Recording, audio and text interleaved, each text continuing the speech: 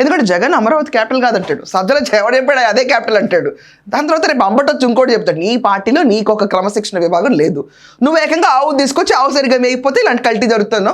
ఆవు కాదు కదా, ఆవు తోక కూడా లేదు దీంట్లో, ఉచ్చబడడానికి ఆవు లేదు. జగన్ కొంచెం మాటలు పక్కన పెట్టు. సో కల్తీ లడ్డు అన్నది జరగటం ఖాయం. సో ఇక్కడ ఫస్ట్ ఫ్యాక్ట్ ఏంటి, ఇక్కడ మనం అబ్జర్వ్ చేస్తే లడ్డు అపవిత్ర పాలు అయ్యింది, ఇది 100% వాస్తవం, దీంట్లో డిబేట్ లేదు. ఛార్జ్షీట్ చెప్పారు, జగన్మోహన్ రెడ్డి మాటలు నమ్మం కానీ ఛార్జ్షీట్ నమ్ముతాం.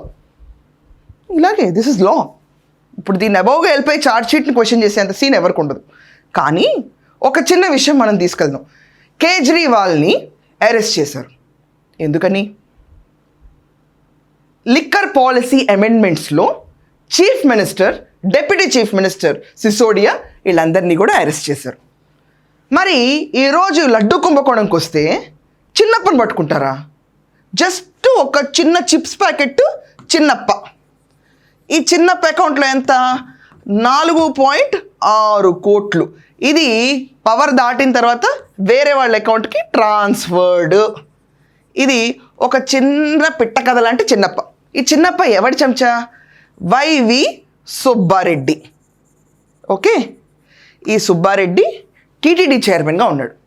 సో వైవి సుబ్బారెడ్డి కింద పనిచేసిన ఒక చిన్నప్ప, ప్రోటోకాల్ని వెలగబెట్టిన ఒక చిన్నప్పనే ఈరోజు కూర్చుని టీటీడీ యాజమాన్యం మొత్తాన్ని మార్చేసి లడ్డూ కల్తీ నెయ్యి మొత్తం గురించి తన భుజాల మీద వేసుకుని చిన్నప్పని విక్టిమైజ్ చేస్తున్నారు తప్ప, ఇక్కడ మనకున్న క్యారెక్టర్స్లో మనం అర్థం చేసుకుంటే సుబ్బారెడ్డి, ధర్మారెడ్డి, జగన్మోహన్ రెడ్డి, ఆవు పంచాంగాలు ఎన్ని చెప్పాలి?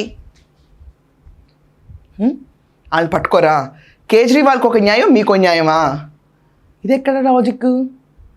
కనీసం అక్కడ లిక్కరు ప్రజల విజ్ఞత మీద తాగితే తాగుతారు, తాగకపోతే తాగపోరు. కానీ భక్తులు ప్రసాదం తింటే చాలా పవిత్రంగా ఫీల్ అవుతారు.